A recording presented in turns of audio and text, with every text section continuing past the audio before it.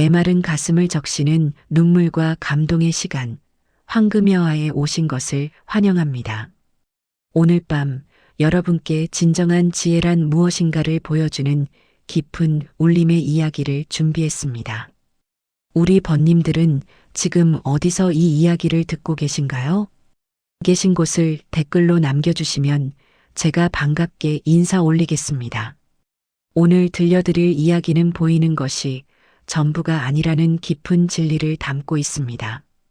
고을 사람 모두가 미치광이라 손가락질했던 한 젊은 사또. 그가 죄 없는 돌덩이를 형틀에 묶고 곤장을 쳤던 까닭. 그 어리석음처럼 보이던 행동 속에 숨겨진 놀라운 지혜가 지금 펼쳐집니다. 조선 숙종 때의 일입니다. 전라도 어느 고을에 새로운 사또가 부임했습니다. 한양에서 온 이 젊은 관리는 과거 급제 동기 중 가장 머리가 비상하다는 소문이 자자했으나 그만큼 괴팍한 성격으로도 유명했습니다. 부임 첫날부터 그는 업무는 뒷전으로 한 채 뒷마당 연못에 앉아 낚싯대만 들이우고 있었습니다. 이방이 급한 안건을 가지고 와도 사또는 물만 바라보며 말했습니다. 물고기를 잡으려면 조급해서는 안 되네. 때를 기다리고 미끼를 던지면 반드시 물고기는 스스로 걸려드는 법이지. 고을 사람들은 수군거렸습니다. 저 양반 제정신이 맞는 건가? 공무는 산더미인데 낚시나 하고 앉았으니. 사또는 혼자 연못을 바라보며 생각에 잠겼습니다. 한양에서 이곳으로 부임하며 임금께서 하신 말씀이 떠올랐습니다. 이 고을은 오랫동안 도둑이 들끓어 백성들이 편히 살지 못하고 있다. 경의 지혜로 이를 바로잡으라. 사또는 알고 있었습니다. 도둑을 잡는 데는 두 가지 방법이 있다는 것을. 하나는 힘으로 억누르는 것, 다른 하나는 지혜로 스스로 드러나게 하는 것. 그는 후자를 택했습니다. 낚시는 인내를 가르치고 미끼는 계략을 가르친다. 사또는 낚싯대를 들이우며 때를 기다렸습니다. 그러던 어느 날 박서방이라는 비단 장수가 관하로 급히 달려왔습니다. 박서방은 고을에서 가장 성실하기로 소문난 사람이었습니다. 어릴 적 아버지를 여의고 남의 집 머슴살이로 잔뼈가 굵은 그는 10년을 안 먹고 안 입으며 푼돈을 모아 드디어 비단 장사를 시작할 수 있었습니다. 그의 꿈은 단 하나, 자기 가게를 차려 늙으신 홀어머니를 편히 모시는 것이었습니다. 박서방은 전 재산을 털어 한양에서 특별한 비단 30필을 떼어왔습니다. 이 비단은 보통 비단과 달랐습니다. 천상의 구름을 닮았다는 운문단이라 불리는 명주로 특별한 약초를 섞어 염색하여 물에 적시면 은은한 약초 향이 퍼지는 귀한 것이었습니다. 박서방은 이 비단의 특징을 누구보다 잘 알고 있었습니다. 비단 한 자락을 물에 담그기만 해도 그 향으로 진품임을 알 수 있으니 이것만 팔면 제대로 된 포목상을 차릴 수 있을 터였습니다. 그날도 박서방은 비단을 가득 실은 지게를 지고 장터로 향했습니다. 하지만 여름볕이 너무 뜨거워 고갯길 정상의 큰 바위 그늘에서 잠시 쉬어가기로 했습니다. 나이 40이 넘도록 고생만 하던 그는 피곤해 지쳐 있었습니다. 바위에 등을 기대고 눈을 붙이는 순간 박서방은 깊은 잠에 빠져들었습니다. 꿈속에서 그는 비단을 다 팔고 어머니와 함께 따뜻한 밥상을 마주하고 있었습니다. 어머니, 이제 편히 쉬십시오. 아들이 다 벌어올 테니. 얼마나 잤을까요? 산새 소리에 놀라 눈을 떴을 때는 이미 해가 뉘엿뉘엿 넘어가고 있었습니다. 박서방은 황급히 일어나 지게를 찾았습니다. 그런데 이게 웬일입니까? 지게는 텅 비어 있고 그 귀한 비단 30필이 감쪽같이 사라진 것입니다. 박서방은 풀숲을 헤집고 산길을 뒤졌으나 흔적조차 없었습니다. 그는 바위 앞에 주저앉아 하늘을 보며 탄식했습니다. 하늘도 무심하시지. 10년 공든 탑이 하루아침에 무너지다니. 이 비단은 단순한 재산이 아니었습니다. 노모의 약값이고 남은 생의 희망이었습니다. 박서방의 울음이 산천을 울렸으나 대답하는 것은 메아리뿐이었습니다. 날이 밝자마자 박서방은 관하로 달려갔습니다. 낚시만 하는 괴짜 사또라는 소문을 들었지만 지푸라기라도 잡는 심정이었습니다. 연못가에 앉아있던 사또 앞에 엎드려 사연을 아뢰었습니다. 사또 나으리 억울합니다. 제 평생 모은 재산인 운문단 비단 30피를 도둑 맞았습니다. 이 비단은 특별한 약초로 염색하여 물에 적시면 향이 나는 귀한 물건입니다. 제발 범인을 잡아주십시오. 사또는 낚싯대를 바라보며 심드렁하게 물었습니다. 도둑의 얼굴은 보았는가? 못 보았습니다. 잠이 들어서. 목격자는 있는가? 산꼭대기라 오가는 사람이 없었습니다. 제 곁에는 그저 커다란 바위 하나뿐이었습니다. 그 말을 들은 순간 사또의 눈빛이 변했습니다. 마치 낚싯대에 큰 물고기가 걸린 듯한 표정이었습니다. 사또의 머릿속에서 계획이 빠르게 짜여지기 시작했습니다. 바위라. 그렇다면 이것을 미끼로 쓸 수 있겠구나. 사또는 낚싯대를 내려놓고 천천히 일어섰습니다. 그의 눈에는 확신이 서려 있었습니다. 비단 30필이라면 범인은 아직 그것을 처분하지 못했을 것이다. 너무 많아서 눈에 띄기 때문이지. 그렇다면 범인은 반드시 가까운 곳에 있고 비단을 숨겨두었을 터. 이제 그놈을 끌어낼 미끼가 필요하다. 사또는 속으로 생각했습니다. 세상 사람들은 어리석은 자를 경계하지 않는다. 내가 미친 사또 행세를 하면 범인도 방심할 것이다. 그리고 반드시 현장으로 돌아오게 만들면 꼬리를 드러내리라. 그대 말대로라면 목격자가 있지 않은가. 예, 말씀드렸다시피 사람은 없었는데요. 사람이 아니어도 목격자는 목격자이니라. 그 바위는 그대가 자는 동안 일어난 모든 일을 보았을 것이다. 이방과 포졸들이 어리둥절한 표정으로 서로를 쳐다보았습니다. 사또는 진지한 얼굴로 명령을 내렸습니다. 여봐라. 지금 당장 그 바위를 잡아오너라. 범행 현장을 목격하고도 신고하지 않은 것은 방조죄에 해당하느니라. 사또 나으리. 돌을 잡아오라 하시옵니까? 내 말이 들리지 않느냐? 당장 오랏줄로 묶어 잡아들이라. 이방은 기가 막혔으나 명을 거역할 수는 없었습니다. 포졸 10여 명이 산으로 올라가 거대한 바위에 오랏줄을 감았습니다. 끙끙대며 산 아래로 굴려내리는 동안 그들은 투덜거렸습니다. 우리 사또가 정말 미치신 게 분명해. 돌을 잡아오라니. 마을 사람들도 그 광경을 보며 고개를 저었습니다. 저것 봐라. 관아 사람들이 햇볕에 정신이 나갔나 보다. 이렇게 돌덩이 체포작전은 온 고을의 웃음거리가 되었습니다. 사또는 연못가에 홀로 앉아 빙그레 웃었습니다. 좋다. 소문이 퍼지고 있구나. 미친 사또가 돌을 재판한다는 소문이 온 고을에 퍼지면 범인도 반드시 구경하러 올 것이다. 호기심을 이기지 못하고 말이지. 그때가 바로 그놈을 낚을 때다. 사또는 부채를 펼치며 중얼거렸습니다. 미끼는 던져졌다. 이제 물고기가 스스로 물어뜯기만을 기다리면 되는구나. 다음 날 아침 관아 앞에는 사또가 돌을 재판한다는 소문을 듣고 구경꾼들이 몰려들었습니다. 관아 마당 한가운데에는 어제 잡아온 바위가 오랏줄에 묶인 채 놓여 있었습니다. 사또가 관복을 단정히 입고 대청마루에 앉았습니다. 그의 표정은 진지했고 눈빛은 날카로웠습니다.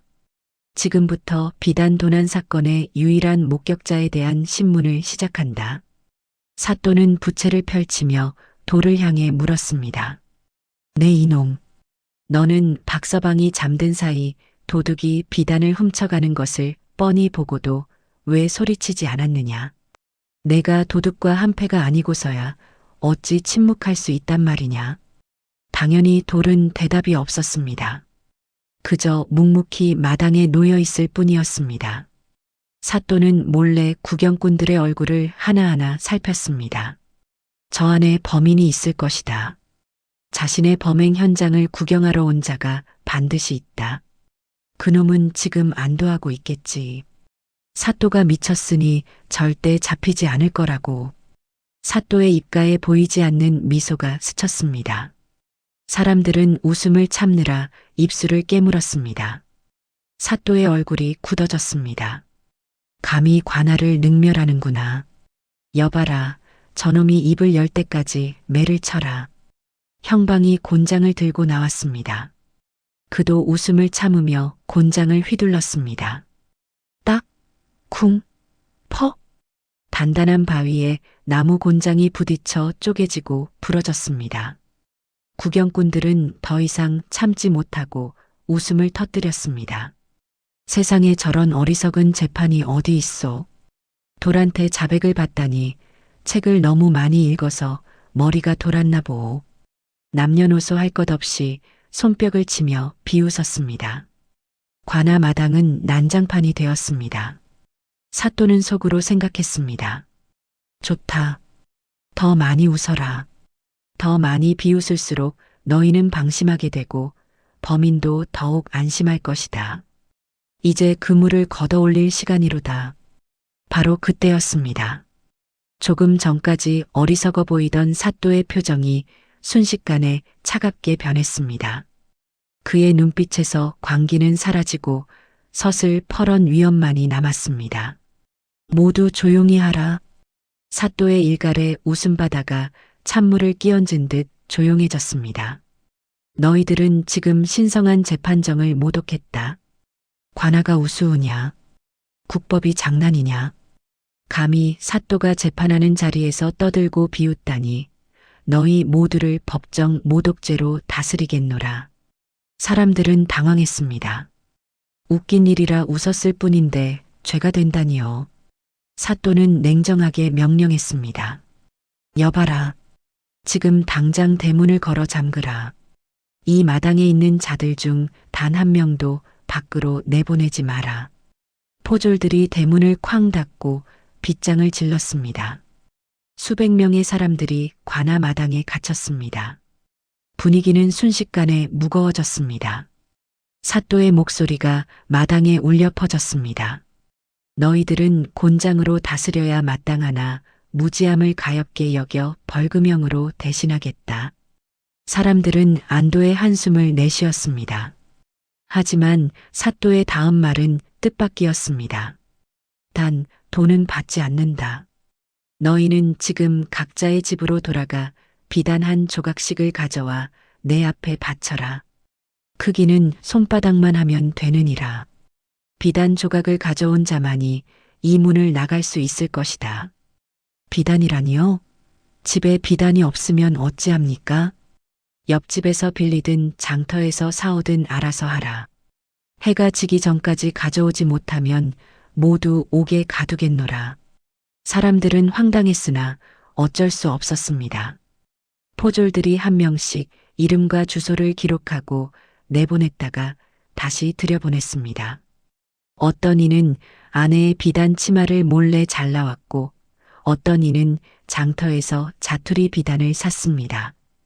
가난한 이들은 헌옷을 뜯어 비단 조각을 마련했습니다.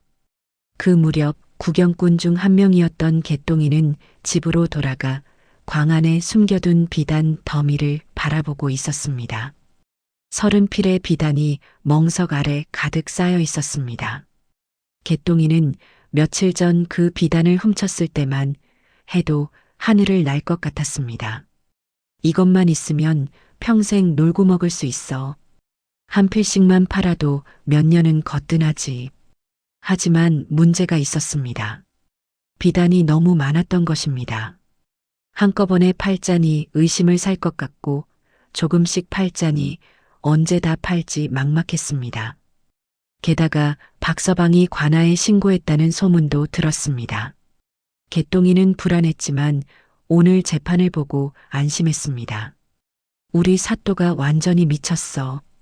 돌을 재판하다니. 저런 바보 사또한테는 절대 안 걸려. 그런데 지금 문제가 생겼습니다. 비단 조각을 가져오라니. 개똥이는 고민에 빠졌습니다. 장터에 가서 비단을 사자니 돈이 아깝고 그렇다고 이웃집에서 빌릴 수도 없는 노릇이었습니다. 그의 눈이 광안의 비단 더미로 향했습니다. 잠깐만. 어차피 손바닥만 한 조각이라며? 이 비단 한 자락만 잘라서 내면 되잖아. 어차피 사또는 미친놈이니까 알아보지도 못할 거야. 개똥이는 비단 한 피를 꺼내 작은 조각을 잘라냈습니다. 그리고 그것을 품에 넣고 관아로 돌아갔습니다.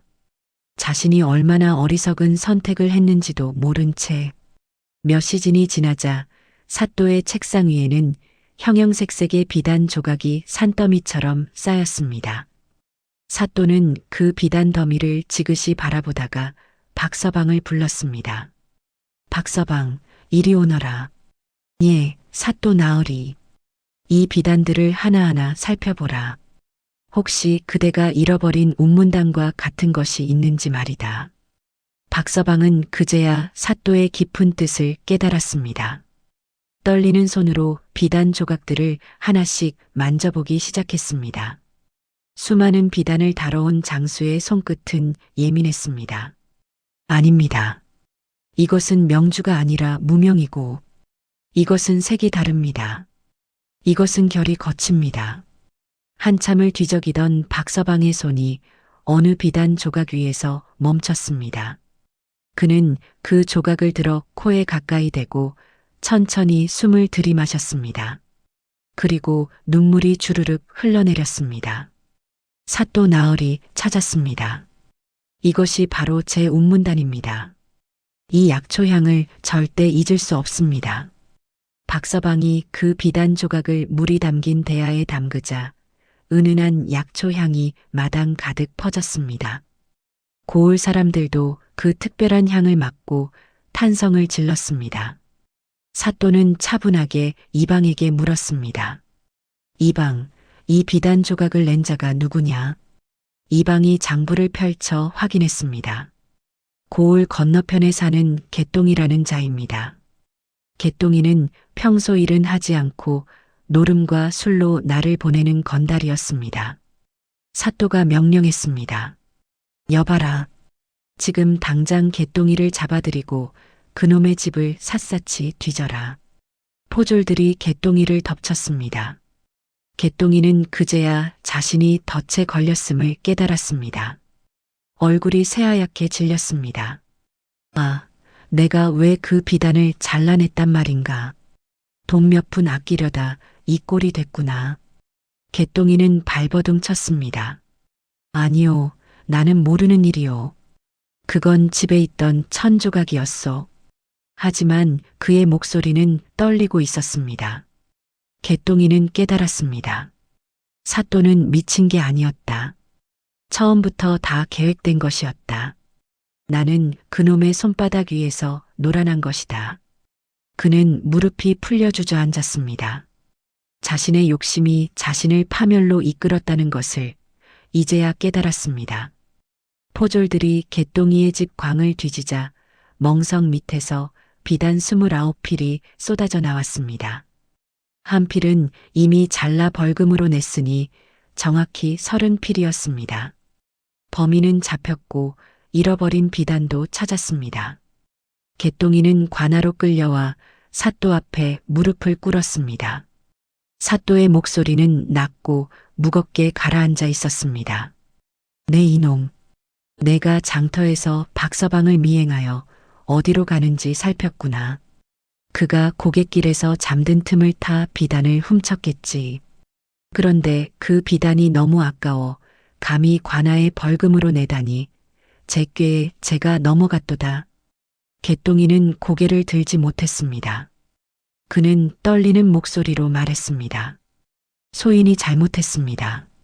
사또 나으리의 지혜를 어찌 알았겠습니까? 소인은 욕심에 눈이 멀어 남의 10년공을 하루아침에 빼앗았습니다.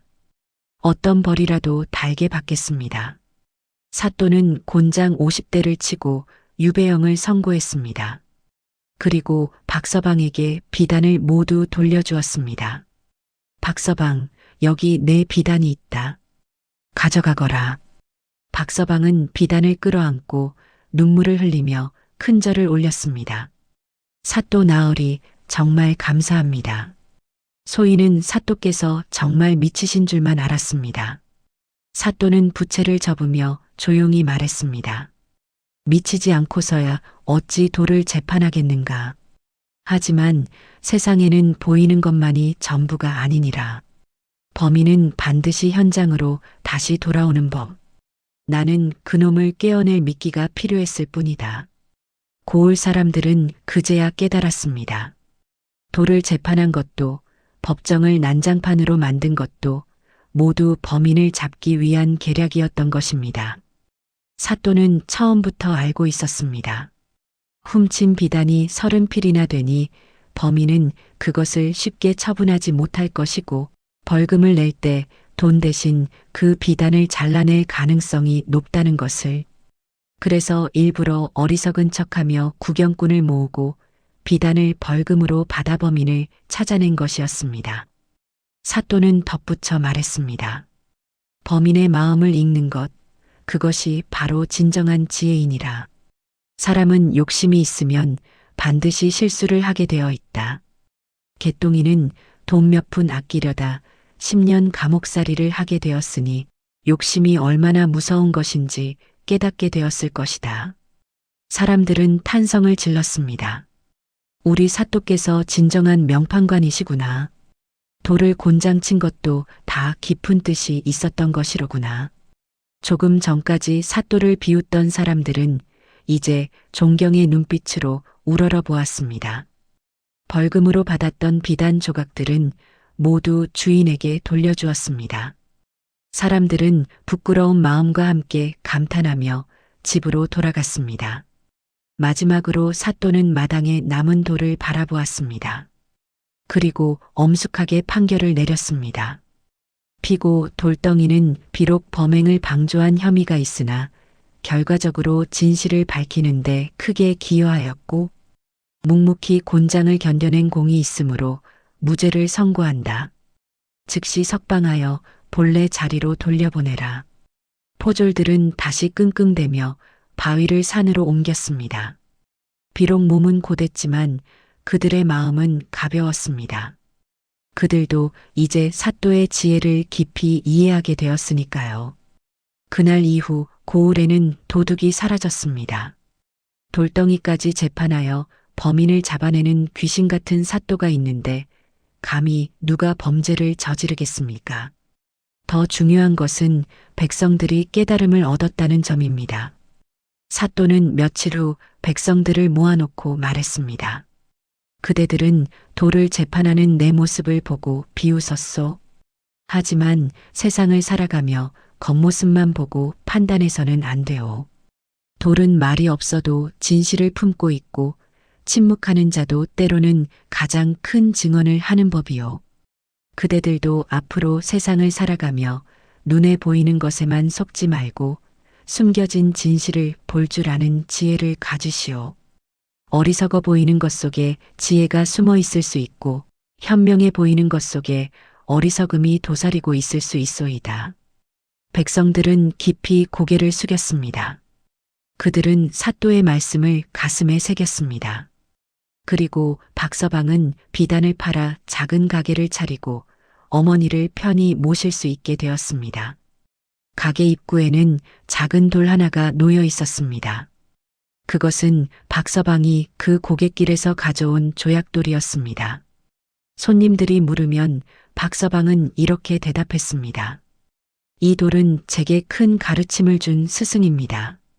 세상 모든 것은 다 의미가 있고 하찮아 보이는 것도 때로는 가장 중요한 역할을 한다는 것을 일깨워 주었지요. 오늘의 황금야화 어떠셨나요? 세상 사람들은 겉모습만 보고 사또를 미치광이라 비웃었지만 사또는 그 비웃음마저 이용하여 진실을 밝혀냈습니다. 진정한 지혜란 때로는 어리석음의 탈을 쓰고 나타나기도 하는 법입니다. 우리는 살아가며 수많은 판단을 내립니다. 하지만 그 판단이 겉모습에만 의존한 것은 아닌지 돌아볼 필요가 있습니다. 침묵하는 돌도 진실을 알고 있었듯이 말없이 지켜보는 것들 속에 우리가 찾는 답이 숨어 있을 수 있습니다. 혹시 여러분도 풀리지 않는 문제 앞에서 고민하고 계신다면 조금 다른 각도에서 세상을 바라보는 건 어떨까요? 때로는 전공법보다 우회로가, 똑똑한 계산보다 단순한 지혜가 문제를 푸는 열쇠가 되기도 합니다. 의외로 답은 아주 가까운 곳, 어쩌면 우리 발밑에 채이는 돌덩이처럼 평범한 것 속에 숨어 있을지도 모릅니다. 이 깊은 울림의 이야기가 여러분의 마음에 작은 깨달음을 남겼기를 바랍니다. 이 여운을 계속 함께하고 싶으시다면 구독과 좋아요로 황금여화의 손을 잡아주세요. 여러분의 따뜻한 관심이 더 의미 있는 이야기를 만드는 힘이 됩니다. 그럼 저는 다음에도 여러분의 마음을 울릴 깊은 지혜의 이야기로 찾아뵙겠습니다. 편안한 밤 보내시길 바랍니다.